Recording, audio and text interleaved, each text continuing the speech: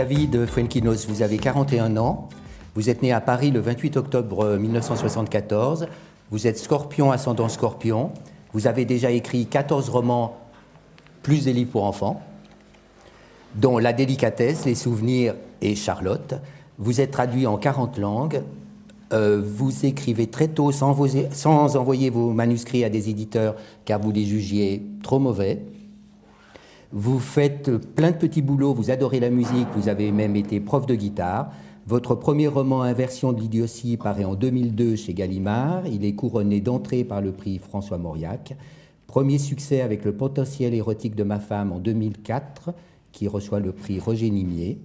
Vous adorez le ciné, vous en faites. En 2006, vous réalisez un court-métrage avec votre frère Stéphane, Une histoire de pied. On parlera du pied tout à l'heure. Puis toujours avec votre frère, La délicatesse, en 2011. Et c'est Jean-Paul Rouve qui réalisera le film que vous adaptez des souvenirs. Aujourd'hui, nous nous retrouvons quelques jours après la sortie de votre nouveau roman, Le mystère Henri Pic, un polar littéraire.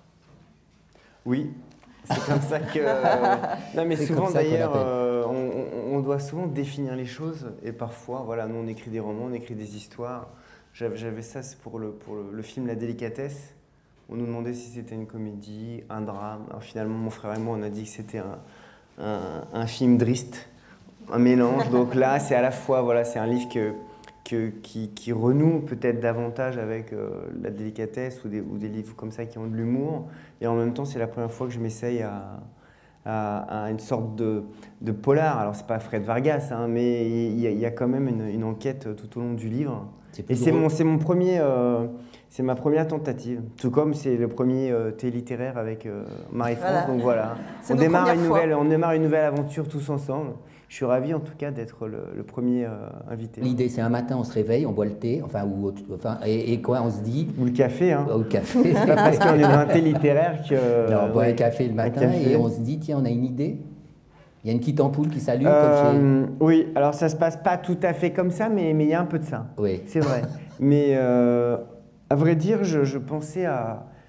Si je vous dis vraiment comment les choses se sont passées, oui, c'est ce qu'on je veut. pensais à... Peut-être parce que justement, je n'arrivais plus à écrire. Et je n'avais plus de...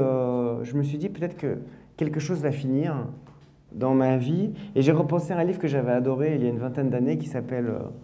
Bartleby et compagnie d'Enrique Villamatas, qui recensait un peu tous les écrivains qui avaient arrêté d'écrire ou qui étaient écrivains mais sans écrire.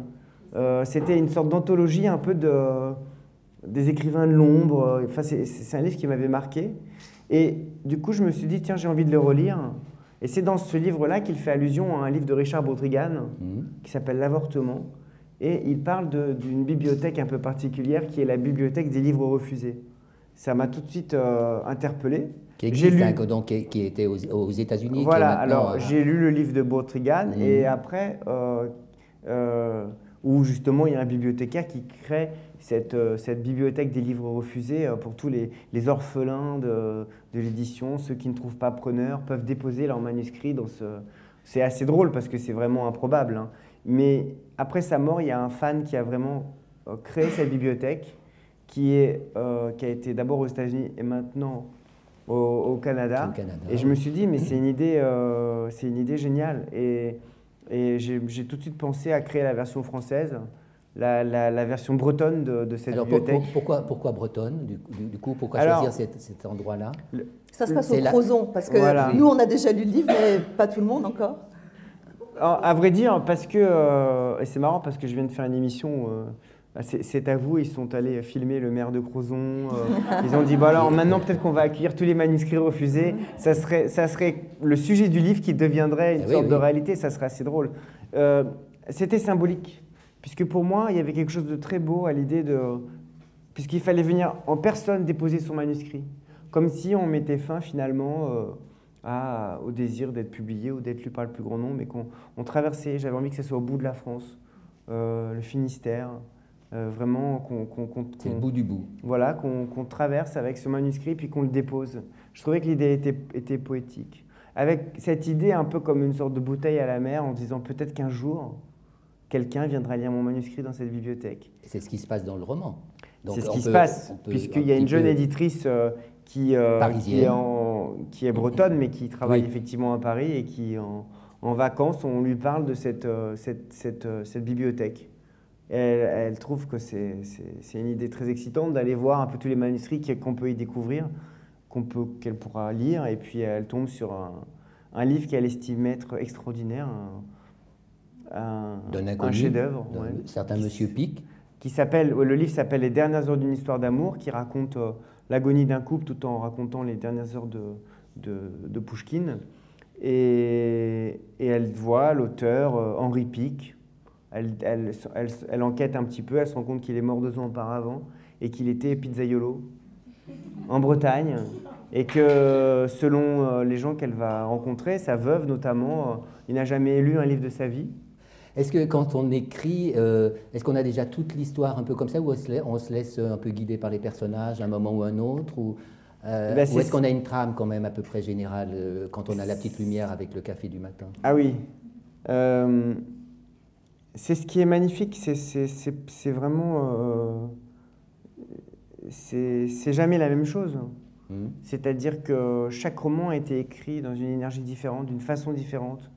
Pour certains, je savais où j'allais. Alors là, c'est vrai que ce livre repose quand même sur une enquête et un mystère. Oui, un suspense, il y a du suspense. Et un suspense. Oui. Et donc, forcément, je savais la fin. On ne peut pas écrire, je pense, un suspense si on n'a pas soi-même les clés de cette résolution. On fait une petite parenthèse sur les notes de bas de page. Oui. Donc c'est parce que vous adorez ça. Oui. Pourquoi? C'est physique. Oui.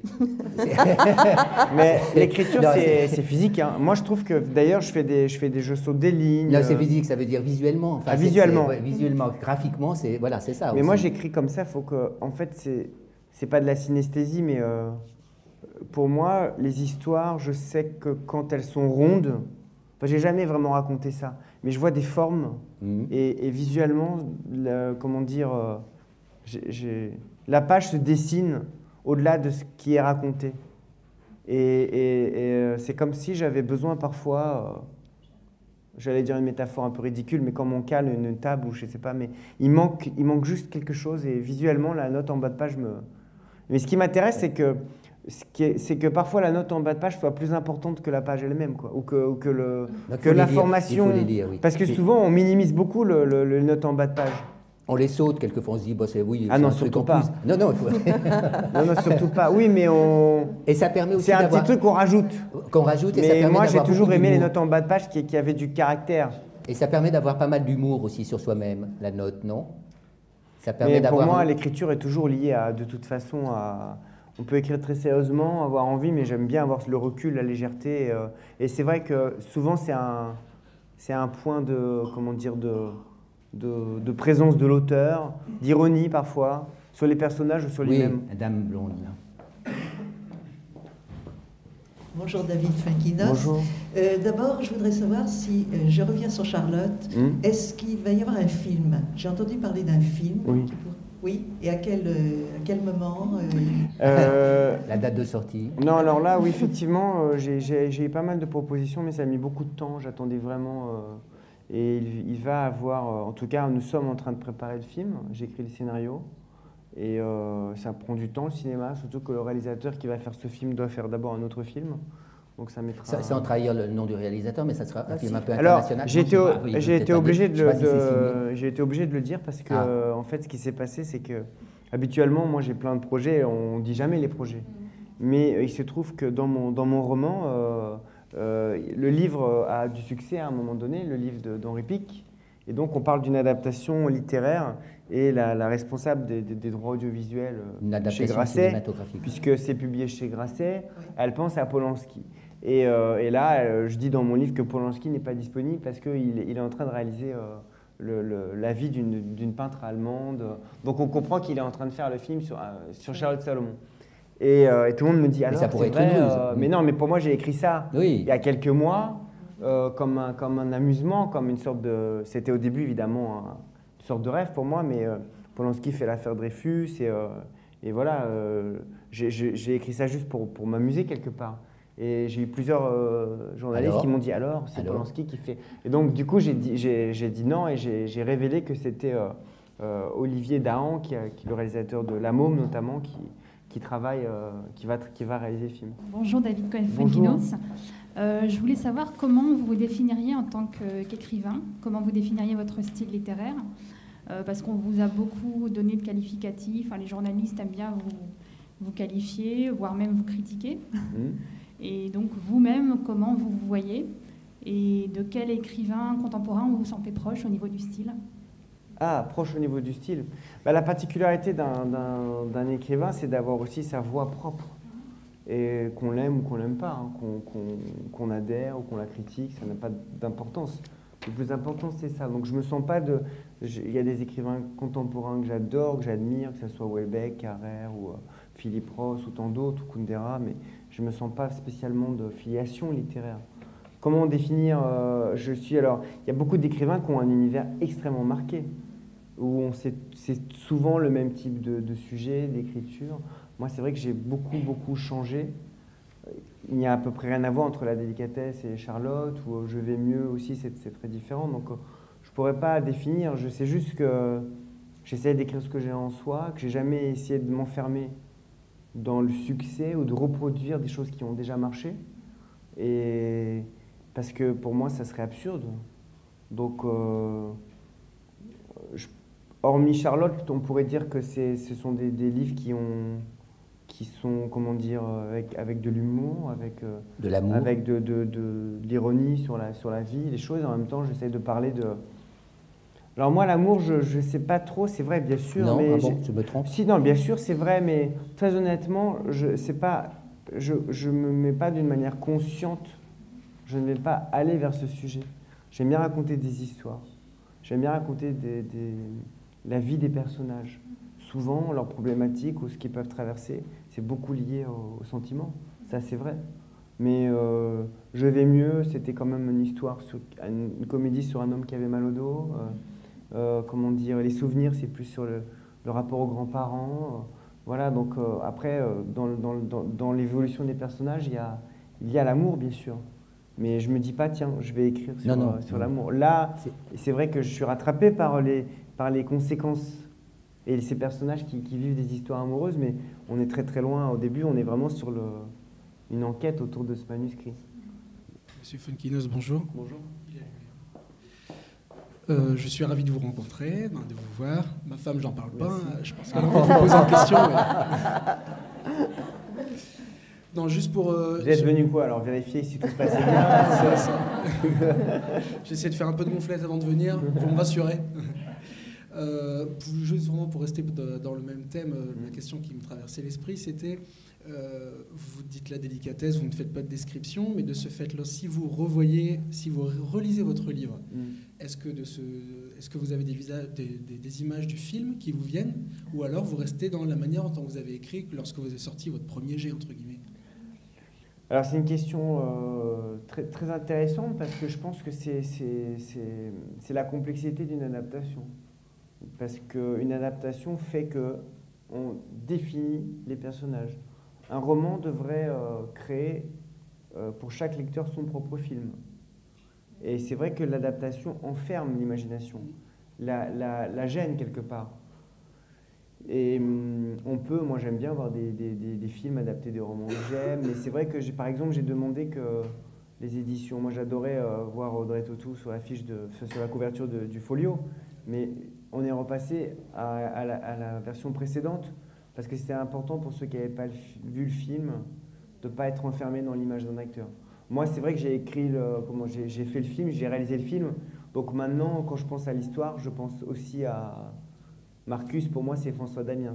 Et puis, je les ai vus tellement, même Audrey, je les ai vus tellement incarner ces personnages pendant plusieurs mois, quotidiennement.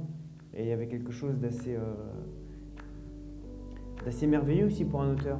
Il est comme dans ses livres, c'est-à-dire que c'est une boule de bonne humeur, quoi. C'est vraiment un personnage. C'est exactement l'image que j'attendais et qui reflète exactement aussi ce qu'il y a dans les romans. J'ai trouvé l'homme hyper abordable, très sympathique, très simple, beaucoup d'humour. J'ai trouvé ça très agréable d'être parmi vous cet après-midi. À l'écoute et répondant, bref, dans l'échange. Très naturel, très sincère, très drôle, très bien. Oui, une très belle rencontre. J'ai lu tous ses livres déjà et j'aime beaucoup son écriture. Moi j'ai trouvé quelqu'un de très fragile et en même temps de très attachant. C'était très intéressant, puis du coup on va découvrir le roman, ça donne envie de le lire. C'est très intéressant, j'ai appris beaucoup de choses. Très intéressant, je lui ai dit que je vais être très heureuse de le voir en direct, de faire sa connaissance, voilà. Et j'espère qu'un jour j'aurai peut-être l'occasion de le revoir.